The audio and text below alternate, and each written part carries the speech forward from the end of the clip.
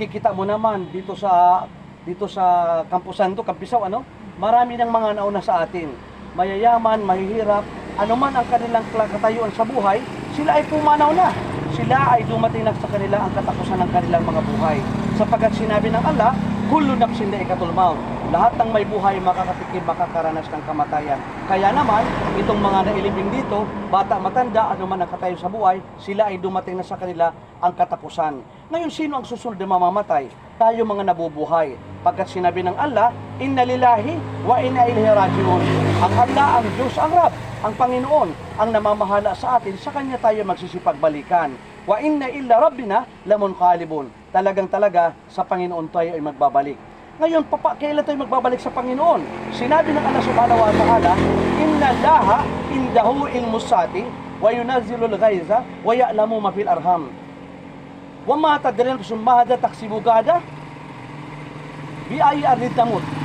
Sinabi ng Allah subhanahu wa ta'ala, verily, only Allah ang nakakaalam kung kailan tayo magugunaw ang mundo, kung kailan magugunaw ang mundo. Ang Allah ang nakakaalam kung magkano ang kikitain natin. At ang Allah ang nakakaalam na ang mga nasa sinapupunan ng kanyang mga ina. Walang sino mang tao nakakaalam kung magkano ang iyong kikitain. Walang sino mang mga tao nakakaalam kung saan siya mamamatay, kung kailan siya mamamatay.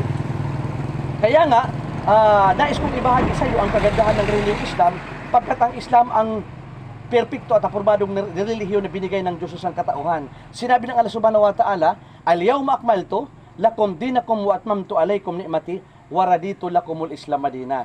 This day I have perfected your religion for you, completed my favor upon you, and have chosen Islam as your religion. Ibig sabihin, sinabi ng Allah subhanahu wa ta'ala na ang relihiyon na perfecto at aprobado ay Islam, na ibinahagi sa atin sa sangkatauhan na ating relihiyon. Pero paano natin malalaman na ito nga ang pinahintulot ng Diyos? Sapagkat ito ay kanyang sinabi. Ang sinabi nga ng Allah subhanahu wa ta'ala, wa may yabtaghi ghayra al-islami dinan falani yuqbala minhu wa huwa fil akhirati minal khasirin. Whosoever seek other religion than Islam will never be accepted of him, and in the hereafter he will be one of the losers. Sino mang magnais ng ibang relihiyon maliban sa Islam, hindi tatanggapin. Sa kabilang buhay siya ay kabilang sa mga talunan. Ibig sabihin, kapatid, kailangan tayo ay magbalik loob. Ang relihiyon na ating kinagisnan na ngayon, iba't ibang sikta relihiyon, yan po ay man-made, gawa-gawa lamang ng tao. Halimbawa, Rizalista, hinango sa pangalan ni Rizal. Budismo, hinango sa pangalan ni Buddha. Kristyanismo, hinango sa pangalan ni Jesucristo. Pero sinong propeta, sahaba, ang nagsabi na gumawa tayo ng ibang relihiyon maliban sa Islam? Wala. Hindi nila ito tatanggapin sapagkat sila ay magiging kabilang sa mga talunan. Kaya kahapon ay lumipas na, mamaya bukas hindi natin alam ang mangyayari. Kailangan tayo ay magbalik loob sa nag-isang tagapaglikha, ang Allah. Ang Allah, ito ay pansariling pangalan ng lumikha. Siya ang Rab, siya ang Panginoon. Ang Allah ay hindi nagkaanak, hindi pinanganak. Ang Allah, ang Diyos, ay hindi katulad o kawangin sa kanyang nilikha. Kaya bago tayo maghiwalay, kailangan ay gawin natin ang ginawa ng mga propeta. Sabihin natin ang sinabi nila. Silang lahat sumaksi naniniwala na walang ibang Diyos maliban sa Allah.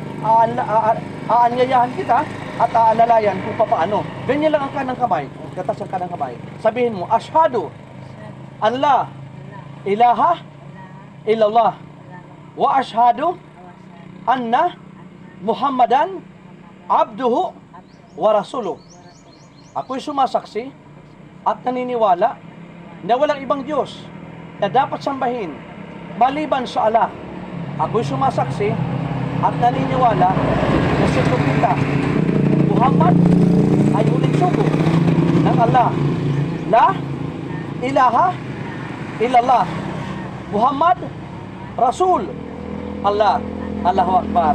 Ngayon, ikaw, tayong lahat ay magkakapanalig na sa pananampalataya nila Jesucristo, Birhen Maria at lahat ng mga propeta.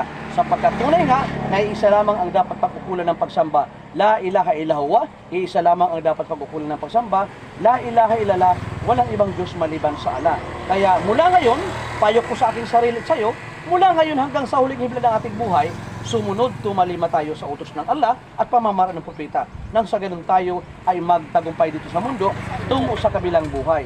Pagkat sinabi ng Allah, "Walladina amanu wa amilus salihat ulaika ashabul jannati hum fiha khalidun. And those who believe in the oneness of Allah, Islamic monotheism, and do righteous good deeds, they are dwellers of paradise. They will dwell therein forever. Sino mang naniniwala sa nag-iisang Diyos at gumagawa ka ng kabutihan, tayo'y maninirahan sa paraiso, alalaong baga, ililigtas tayo sa impyernong apoy. Assalamualaikum. Sabihin mo, wa alaikum musalam.